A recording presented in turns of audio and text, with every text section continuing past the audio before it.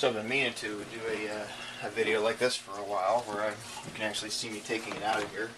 I'm going to start by unplugging the pump, let the water drain out. It takes a second. I take this and I usually put it under here, keep the water down. I take the heat sink off and put it away from where the water is going to be at. Kind of taking care not to pinch the wires or anything like that. Then I usually take a cutting board or the lid as a protector. I like the cutting board myself, just to try to keep the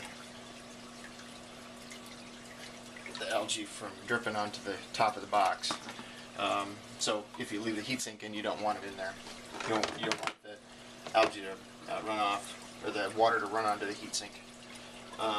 Take the false bottom out, and as you can see, this has grown a fair amount of algae on it. So I've got to get in here and kind of just clean off what's in the box. A little bit of time. Grab a toothbrush. This is a denture toothbrush, and swipe it a couple times. This tends to kind of snag the algae real good. It's got a little brush on the end here you can use to get into nooks and crannies, but generally if it doesn't loosen up, don't mess with it. Just try to keep it off of the windows and try to keep the growth down to a minimum. I'm going to get my phone out and turn my flashlight on here. Let's see how the inside of the box looks here.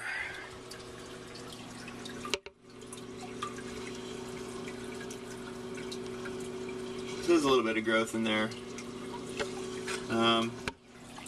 Probably should clean that stuff out of the corners. Just take a paper towel, just wipe it out, and I will do that at some point here. So, clean it.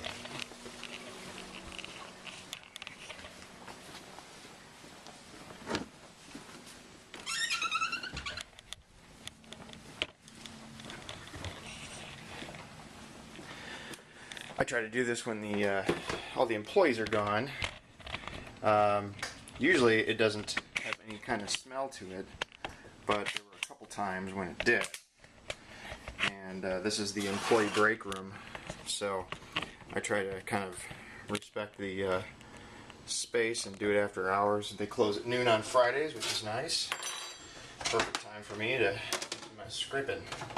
So, let me make sure I get... Alright, so I take the screen.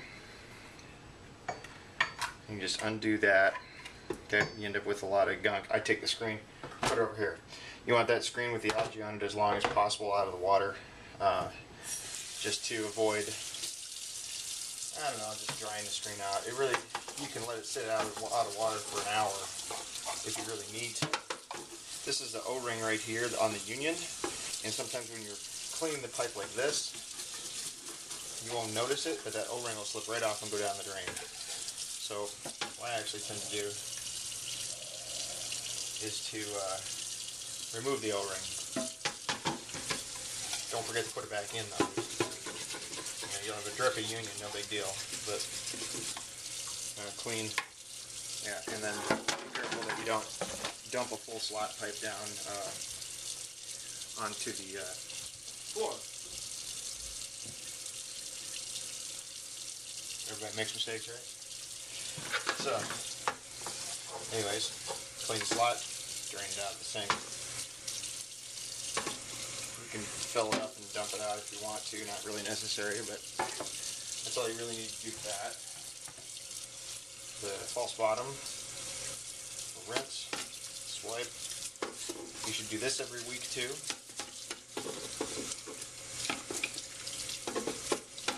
Just be careful, sometimes there's some sharp edges here. If you do want to avoid that, you can just take a razor blade at a 45-degree angle and give it a couple swipes and take that edge right off. I usually try to do that. Sometimes I forget. Really, the only sharp area you can kind of the screen. You can leave that cable tie in there if you want to. Not really necessary to remove it. On here, I can show you. Can rinse the screen. You set the tap water so it's kind of room temperature. You know, about that strength. Not really a lot. So when the screen is new, this is all you want to do. Is just run it under here like this. Maybe give it a little rub. You know, if you want to do the 14-day growth, at 7 days you take it out and you do this. Okay, so if you want to let the screen grow for 14 days, which I'm going to do this time. I'm not going to clean the screen completely. Just want to show you. You just take your fingers and you're rubbing it. What you're doing is you're getting all the algae loose strands of algae off the screen. You can actually just do that too. Okay, you can see that some of them come off rather easily. You take a scraper and you just gently scrape. Okay, that's going to loosen up any strands of algae that are not secure to the screen. It's going to kind of thin it out. You can take an edge and just do some scraping like that. Just kind of a little interim scraping. What I recommend too is that you scrape the edges, the bottom edge, but you get a good chunk of algae off of that. And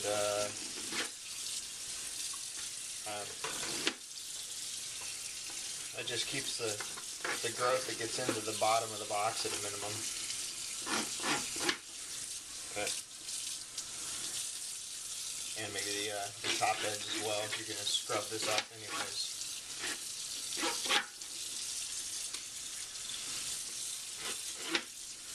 You don't have to do this under running water. I'm just used to doing it that way. Alright, so now I've kind of got all the loose algae off and leaving a mat in the middle. Running into fresh water kills the baby copepods, which will cause detachment of the screen. You'll see circles of detached material, and that's from the copepods eating the roots, and the roots dying.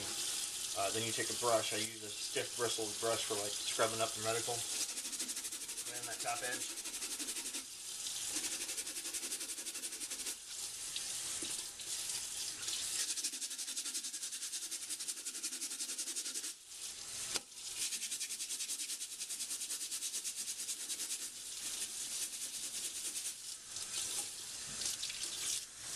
Okay, so your top inch, this is actually where the slot is. That stays clear. You can actually see that if you look really close. I don't know if you can see this, but it's actually kind of turning pink up in here, and maybe there's some red algae right in there. That's actually red turf algae. That will grow in a couple months. Really attaches to the base of the screen. Very hard to get off.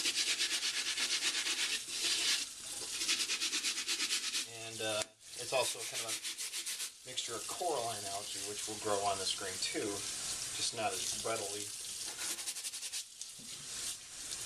As you can see, the holes in the areas where I scraped around the edges, those are all filled in mostly. You know, this one's not. But I leave about this much in the slot. Or in the, that much of the stuff hanging out, the beaded cable tie. Push it so that it's all the way in snug on the other side. Just wrap it around. I hold it with my thumb. Hold the other side like that, and just push it through. And I cut this a little short, so it's hard to clasp, but there it is. You just get to the last clasp that you can. The other thing to make note of too is that the beads, the way this is set up, so you can rotate, the screen should flop loosely back and forth. If you rotate the bead so that it pushes against the screen, it can't loosen up on one side. So that should actually do it on its own. You shouldn't need to worry about that too much. So that's it. That's the cleaning right there. Don't forget the O-ring. Okay. I got kind of a mess to clean up when I come back here, but I'm going to keep the video going.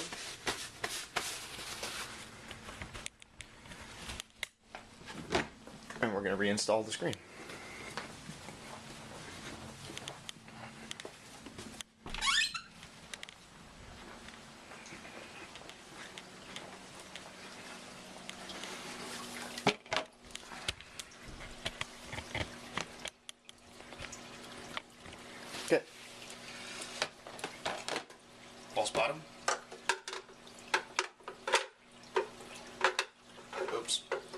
sure it's on the standoffs.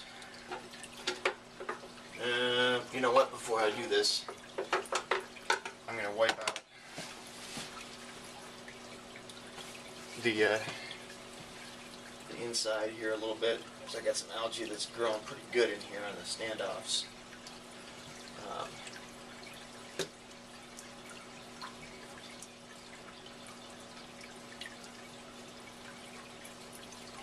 You just don't want a huge amount of algae growing inside the box, and especially it'll like pile up on the outside of this. You really want to clean this every day or every week, because that will that buildup of algae takes away from the algae that's growing on the screen, and it cuts down on the filtration just a little bit. I mean, I just like to keep it optimal. So put it back in, connect up your union, make sure your gasket is in place, your O-ring. Okay. I usually either grab here or the end of the slot to tighten the union down. It's probably better to grab the union, but sometimes it'll twist. Should, the screen should just kind of, I don't know if you can see this, it should just kind of flop loosely in there. Okay. That tells you that the slot is pointed down adequately. And then we plug in pump. That's it. Put the, just so you can see this here where the flow is, I'll turn my flashlight app back on. Okay.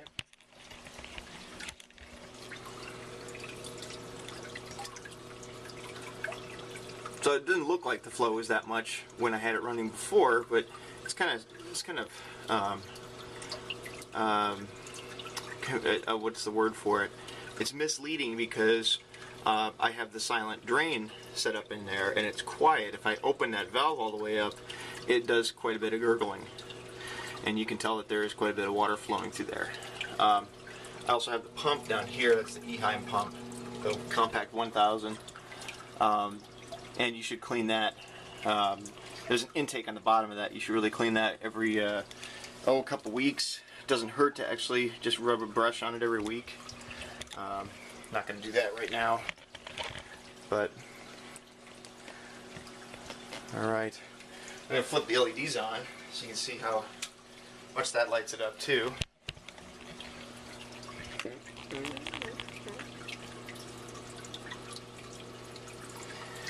That's just the LED on the other side. That's the ones on this side, obviously. I'm going to flip that switch back off.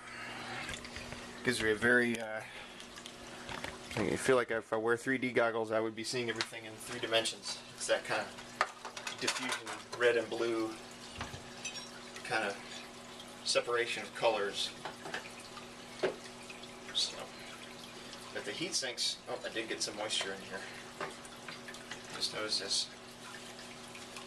Right in there I dropped some water inside the box. Alright, so the heat sinks, they literally, you just put them in like this, and you got the standoff screws here, and push them in place, quarter turn of the screw. There's the, that's the only condensation I got for an entire week on this lid. I don't have a cross bracing on this lid, but it doesn't seem to need it. That's it. I just got to go clean up my mess. And so there's kind of a cleaning of the algae scrubber from beginning to end without a break. I took about 15 minutes with commentary and everything.